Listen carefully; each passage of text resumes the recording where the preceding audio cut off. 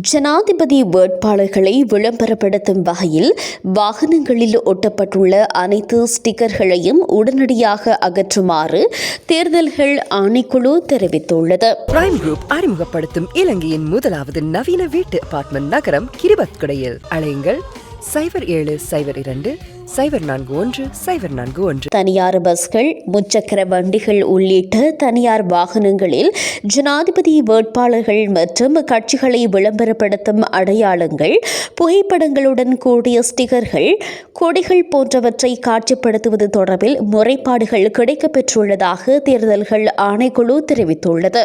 குறித்த ஸ்டிக்கர்களை அகற்றுவதற்கு அனைத்து போலீஸ் அதிகார பிரிவுகளையும் உள்ளடக்கிய வகையில் அவசர சோதனைகளை மேற்கொள்ளுமாறும் தேர்தல்கள் ஆணைக்குழு போலீசாருக்கு பணிப்புரை விடுத்துள்ளது. இதேவேளை எதிர்வரும் 21ஆம் திகதி ஜனாதிபதி தேர்தல் நடைபெற உள்ளமையினால் எதிர்வரும் 20ஆம் திகதி வெள்ளிக்கிழமை நாடளாவிய ரீதியில் அனைத்து பாடசாலைகளும் மூடப்படும் என கல்வி அமைச்சு தெரிவித்துள்ளது.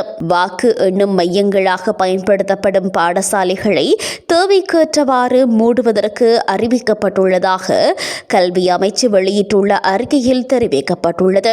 இதேவேளை இந்த ஆண்டு ஜனாதிபதி தேர்தலுக்கான உத்தியோகபூர்வ வாக்காளர் அட்டைகளில் 51% விநியோகிக்கப்பட்டுள்ளதாக சிரேஷ்ட பிரதி தபால் மா அதிபர் ராஜித ரணசிங்க தெரிவித்துள்ளமை குறிப்பிடத்தக்கது.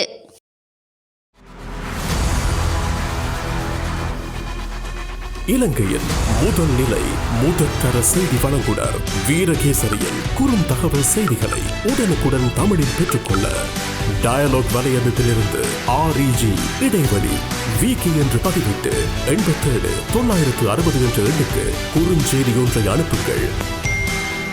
வீரகேசரி செய்தியுடன் இணைந்திருங்கள்.